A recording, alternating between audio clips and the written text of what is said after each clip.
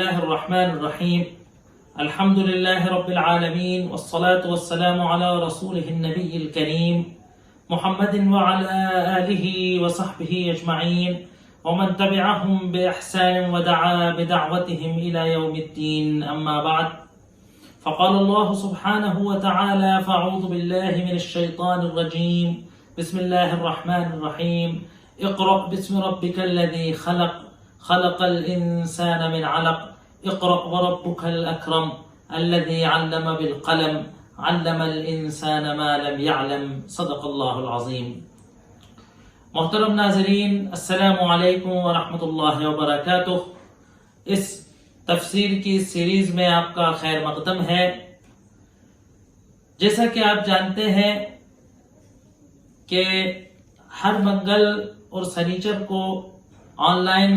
اس تفسیر کا اہتمام کیا گیا ہے اس دار التصنیف نام کے اس چینل کے ذریعے، اور ماہ شوال سے عید الفطر کے بعد سے یہ سلسلہ شروع ہوا تھا، اور اس میں ایک تسلسل، ایک سلسلہ قرآن کے تعارف کا، قرآن فہمی کے لیے جو ضروری مضامین اور ضروری معلومات ہیں،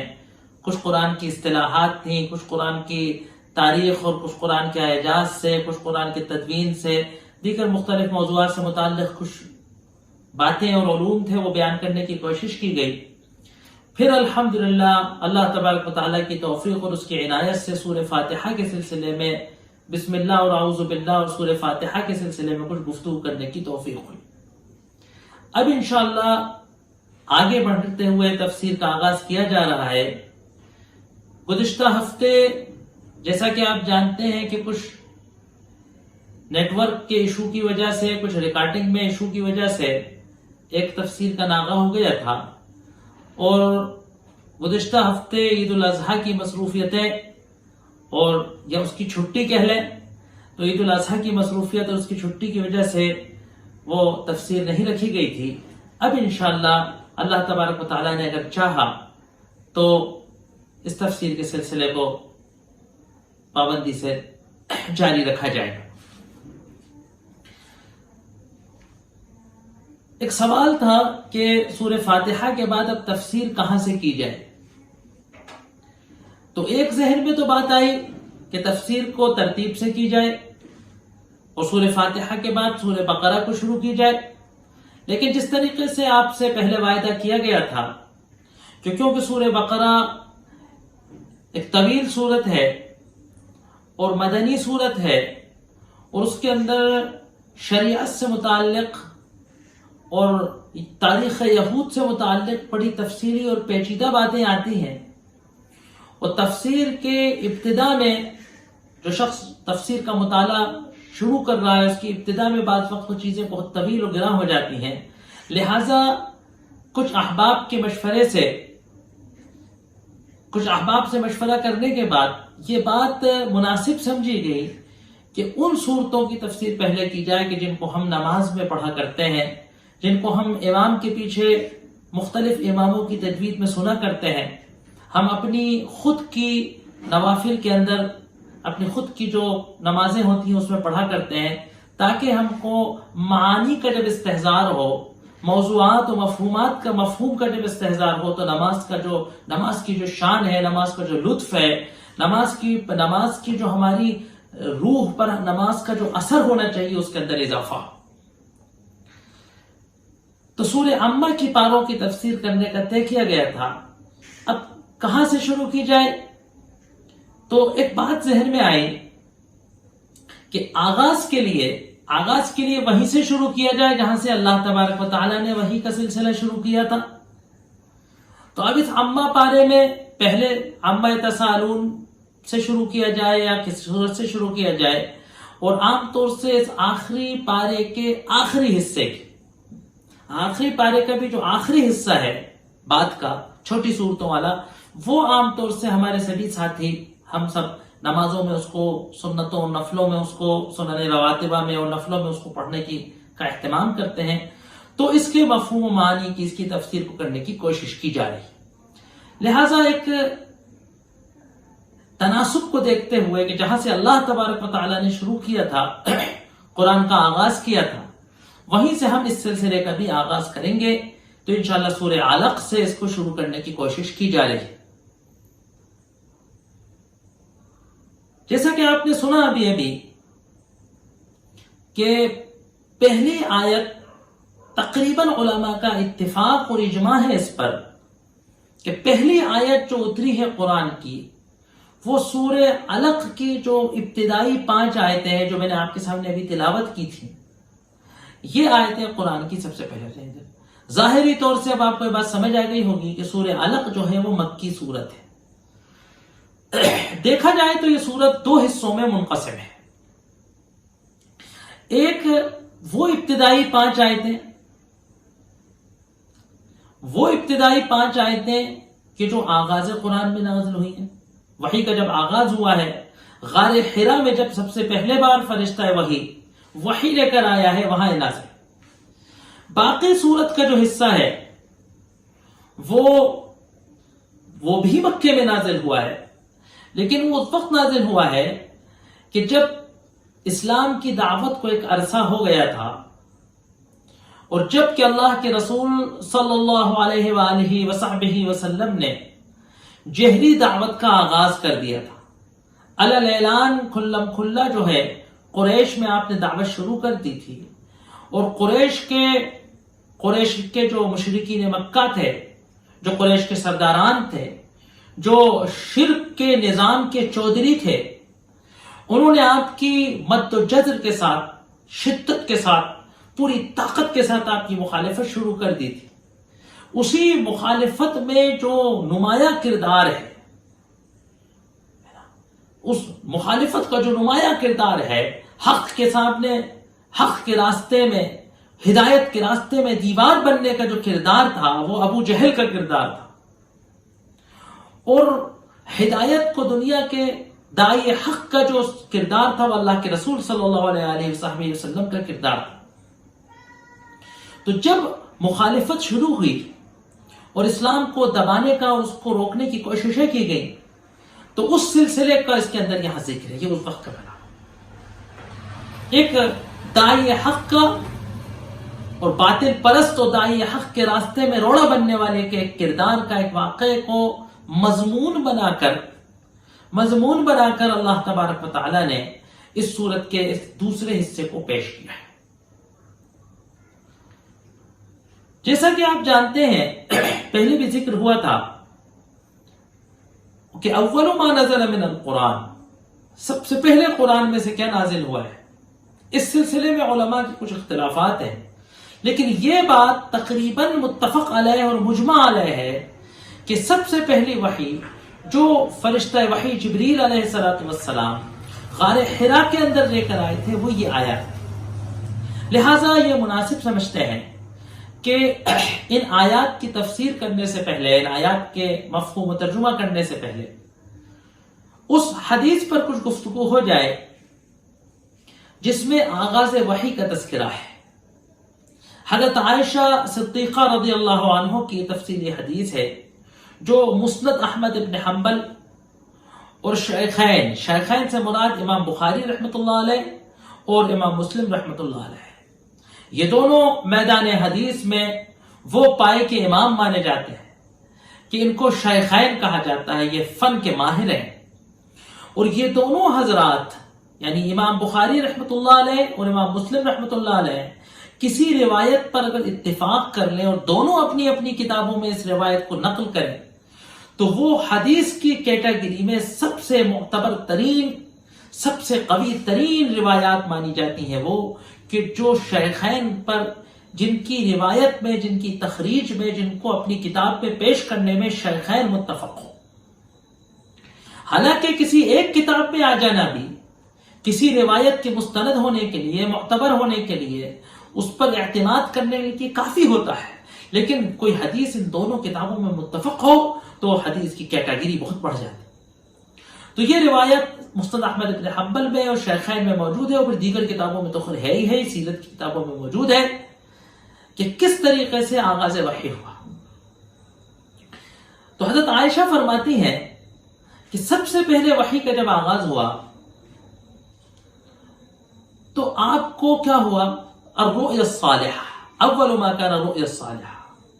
کہ آپ کو نیک خواب دکھائی دینا شروع ہوئے۔ روایت کا لفظ ہے کہ کفلق الصبح، آپ کو کوئی رات میں سوتے میں کوئی چیز نظر آتی تھی، کوئی خواب نظر آتا تھا، اور وہ کفلق الصبح، فلق الصبح کہتے ہیں صبح کی پوہ کا پھٹنا۔ رات کی تاریکی میں جس طریقے سے صبح صادق ہوتی ہے اور روشنی ہو جاتی ہے، جس طریقے سے یہ یقینی چیز ہے، اتنی ہی یقینی انداز سے آپ کو دکھا ہوا خواب سچا ہوتا ہے۔ آپ کو نظر آیا کہ قافلہ آئے گا، آ گیا، آپ کو نظر آیا بارش ہوگی، ہو گئی، اس طریقے سے۔ حبب الیہ الخلا، اب اس کیفیت کا کیا اثر ہوا آپ پر کہ آپ کو تنہائی پسند ہو گئی۔ اب یہ کیفیت تھی اندر سے، آپ کو نبوت کے لیے چنا جا رہا تھا اور یہ سلیکٹ کر کے آپ کو وحی کے لیے تیار کیا جا رہا تھا۔ ہمیشہ سے آپ کا مزاج ایسا نہیں تھا۔ آپ مکے کی سماجی زندگی کے اندر ایک ایکٹیو زندگی گزاری ہوئی تھی، آپ کے سوشل تعلقات تھے، آپ نے تجارت کی، آپ نے کاروبار کیا، آپ نے شادی کی، آپ مکے کے اندر آپ کا نام تھا، ملاقاتیں کرتے تھے، سب تھا، لیکن یہ کیفیت تھی کہ حبب الیہ الخلا، تنہائی آپ کو پسند ہو،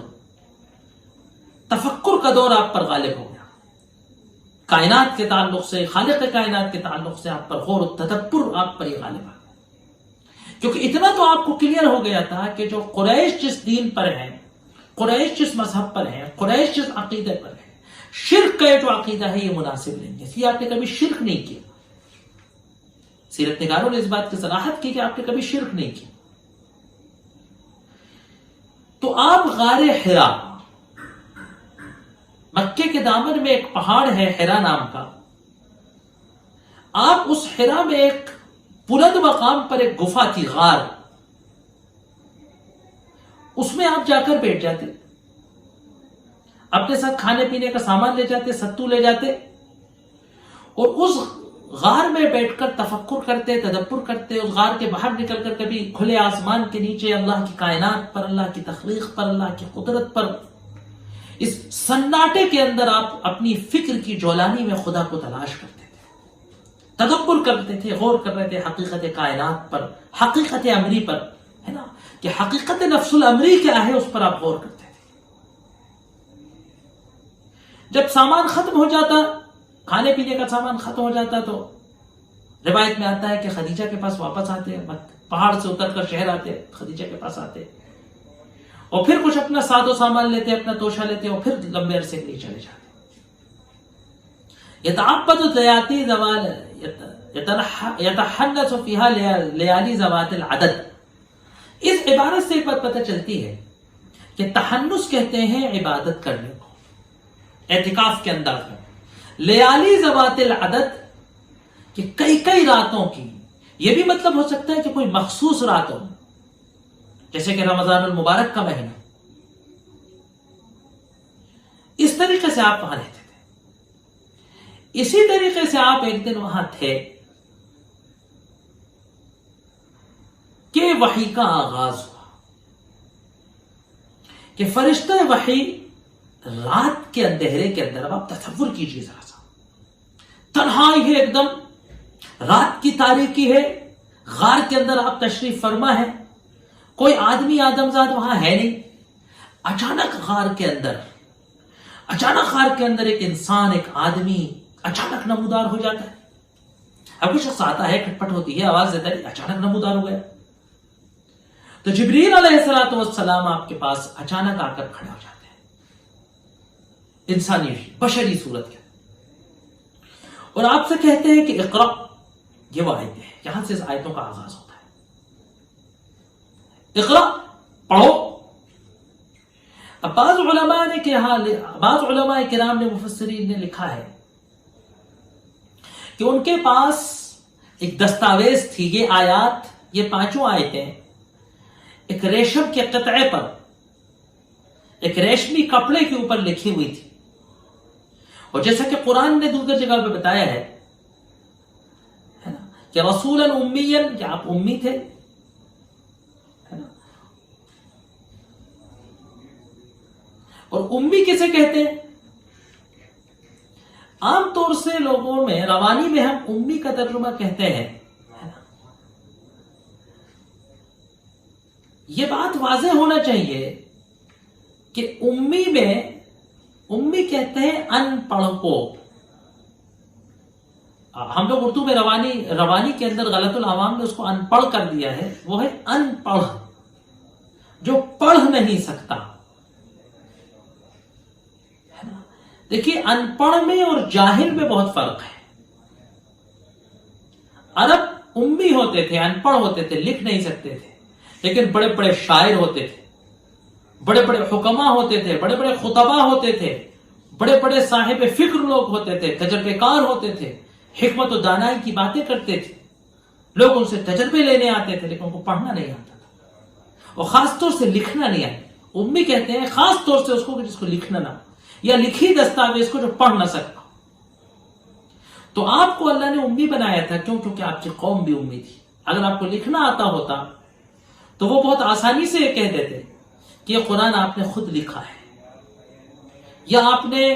امم سابقہ کے کسی خزانے سے آپ کے ہاتھ کچھ لگ گیا تھا اور وہ آپ نے اتار لیا ہے. لہذا آپ کو اللہ تبارک و تعالیٰ نے امی بنائے. اب فرشتے خدا نے کہا اقرا پڑھو،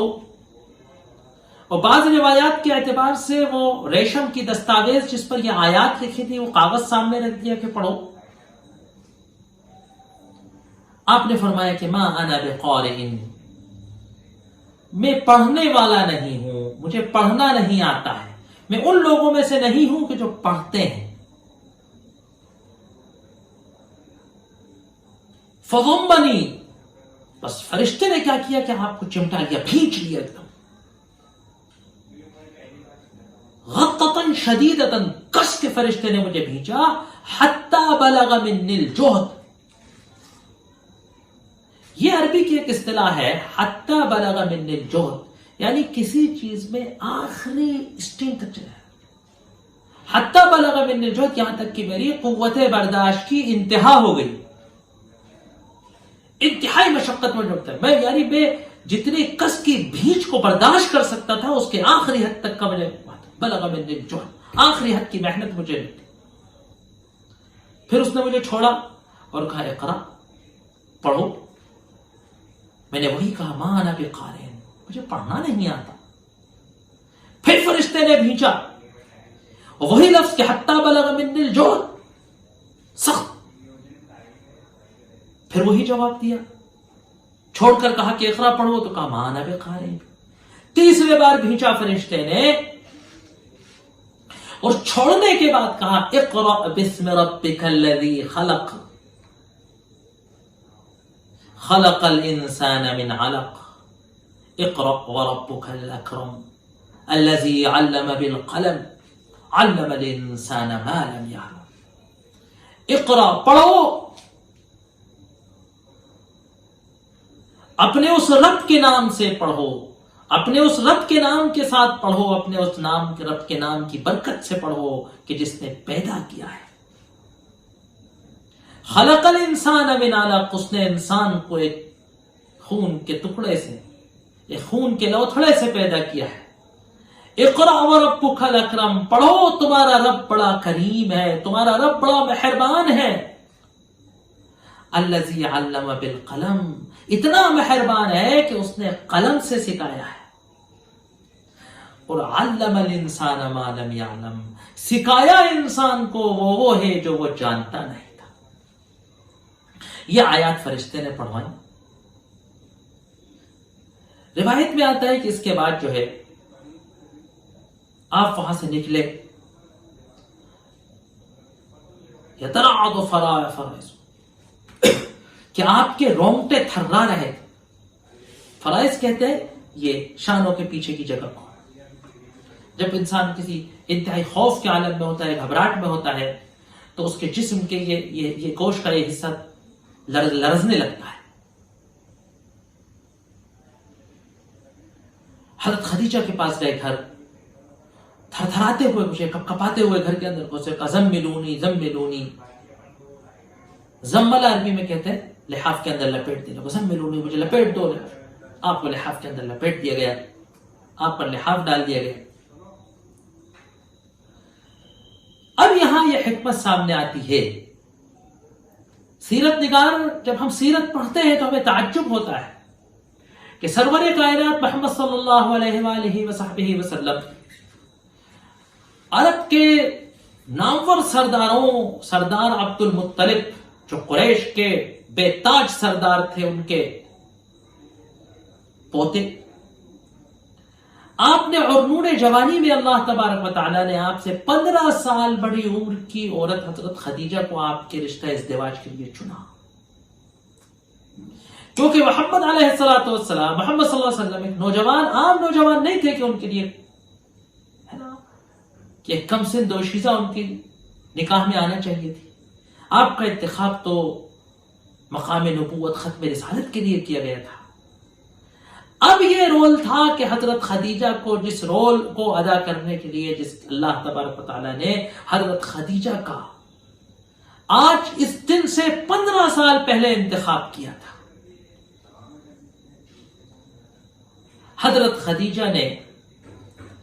نبی کریم صلی اللہ علیہ وسلم وسلم سے جو ان کی عمر میں جو تفاوت تھا، جس کی وجہ سے وہ عمر کی اس سنجیدگی کے مقام پر تھی کہ آج کے دن وہ حضرت محمد صلی اللہ علیہ وسلم کو سنبھال سکے، آپ کو حوصلہ دے سکے، آپ کو دلاسا دے سکے، اور آپ کے ساتھ اس استقامت سے کھڑے ہو سکے کہ جہاں بار نبوت کا جو بوجھ نبی کے ساتھ اس کے اہل خانہ پہ پڑنا تھا، اس کام کا جو پریشر آپ کے گھر والوں کو برداشت کرنا تھا، وہ آپ سہ سکے۔ چنانچہ آپ نے، حضرت خدیجہ نے پوچھا بات کیا ہے، آپ نے ان کو واقعہ سنایا اور کہا کہ خشیت علی نفسی، خدیجہ مجھے اپنی جان کا خطرہ ہے۔ عربوں میں، قریش کے اندر دیگر مشرک قوموں کی طرح اجنہ کا اور اس طریقے سے جو ہے تصورات تھے، تو آپ نے پوچھا کہ کیا تمہیں اپنے اوپر شیطان کا ڈر ہے؟ اب یہاں حضرت خدیجہ کا جو رول ہے وہ قابل غور ہے۔ حضرت خدیجہ نے فرمایا کہ خدا کی قسم شیطان کا آپ پر کوئی بس نہیں چل سکتا، یہ جو کچھ آپ کو دکھا ہے یہ شیطان نہیں ہو سکتا، یہ کوئی سو نہیں ہو سکتا، یہ کوئی شر نہیں ہو سکتی، یہ کوئی خیر کی بشارت ہے، یہ ہے کوئی نیک فال چیز۔ فوراً ان کا ذہن گیا اور ان کے ایک چچیرے بھائی تھے ورقہ ابن نوفل، ایک بڑے بزرگ آدمی تھے قریش کے، اور اس میں روایت میں لکھا ہے رجل تنصر فی الجاہلیہ، یہ شرک سے بیزار ہو گئے تھے، شرک کو چھوڑ دیا تھا اور جاہلیت میں ان نے مذہب نصرانیت کو قبول کر لیا تھا، کیونکہ وہی اس وقت دین حق تھا، اور ان نے عبری زبان سیکھی تھی، اور ان نے انجیل کے کچھ اجزاء کو عربی زبان میں بھی لکھا تھا۔ گویا ہے کہ وہ اہل کتاب تھے، لیکن ایسے اہل کتاب تھے جو عرب تھے، وہ پہلے مشرک تھے، پھر تلاش حق میں نصرانی ہو گئے تھے، عیسائی مذہب کی حقیقت کو جانتے تھے، نبوت اور وحی کو جانتے تھے، اور انجیل کے اندر جو آخری نبی کی، خاتم النبیین کی جو علامتیں اور بشارتیں تھیں اس سے وہ واقف تھے۔ ان کے پاس حضرت خدیجہ اللہ کے رسول صلی اللہ علیہ وسلم کو لے گئے، اور جانے سے پہلے جو دلاسا دیا وہ کیا پیارا دلاسا تھا، ایک لمحہ فکریہ ہے ہمارے لیے کہ کردار نبوت کیا تھا،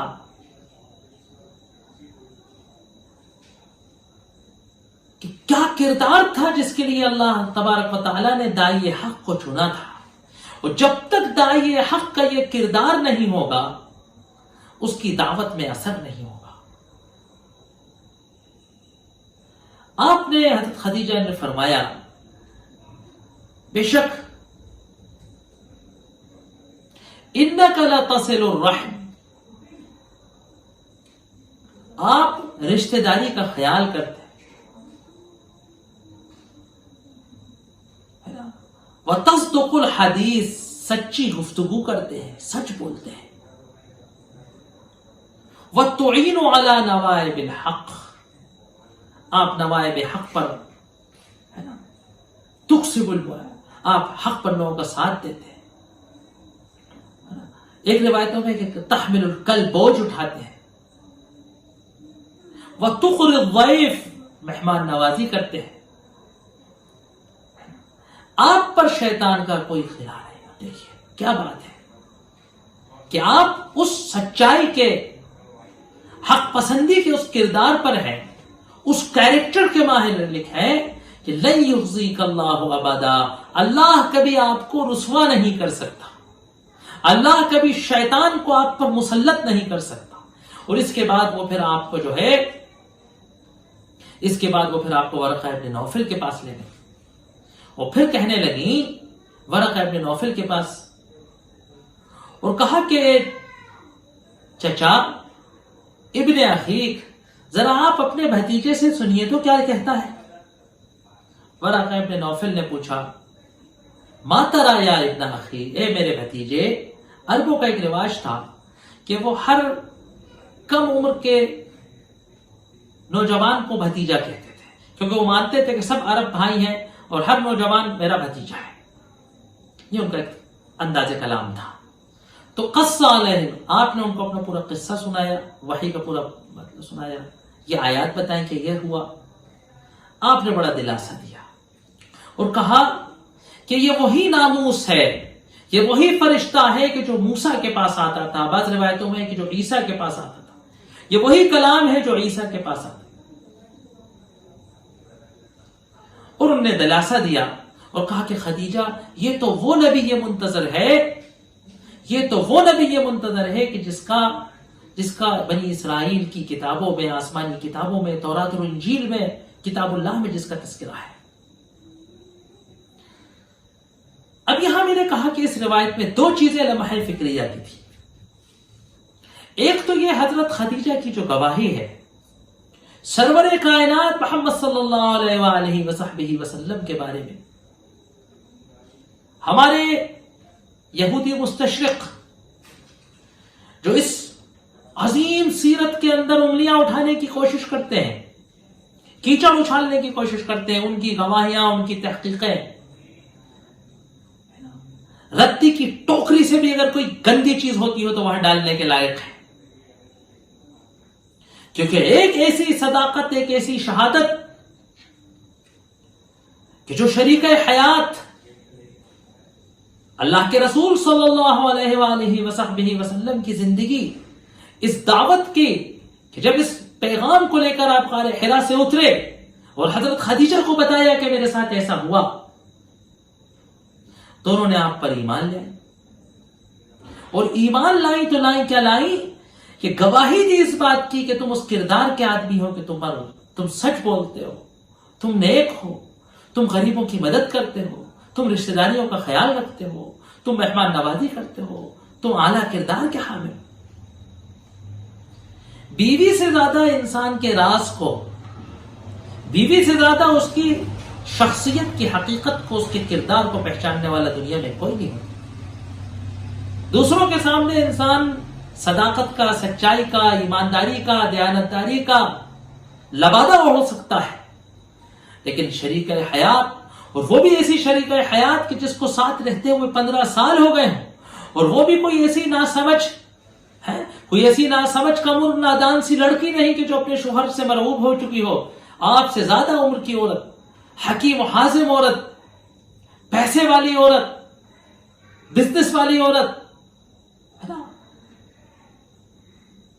ایسی عورت نے آپ کو پرکھا، آپ کے کردار کو دیکھا،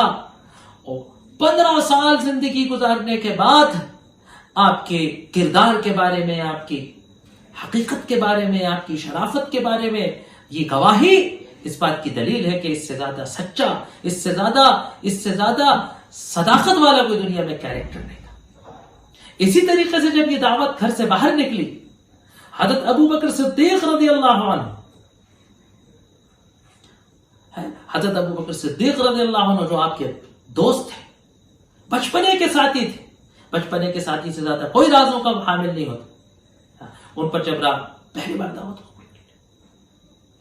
تو یہ جو ہے آپ کی سزا۔ دوسری بات اس روایت کا جو آخری حصہ ہے کہ ورقہ ابن نوفل نے کہا یا لیتنی کنت حیا یا لیتنی کنت جزعا اذ یخرجوک لأعذرنک کیا کہا؟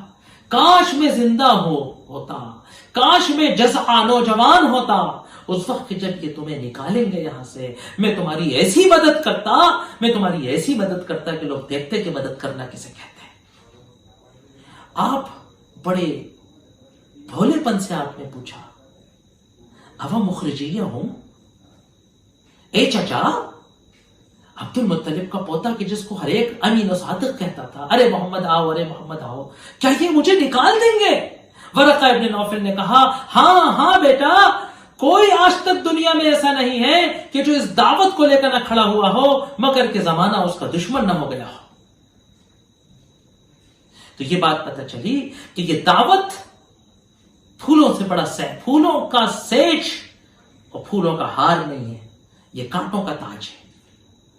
پہلے بار میں جو اس کی نفسیات کو سمجھتا ہے ورقہ ابن نوفل کی طرح اپنے بات کو پیش کرے۔ تو اس طریقے سے وحی کا آغاز ہوا۔ انشاءاللہ اللہ تبارک و تعالیٰ نے توفیق دی تو آگے اس کی تشریح کی جائے گی۔ وآخر دعوانا ان الحمدللہ۔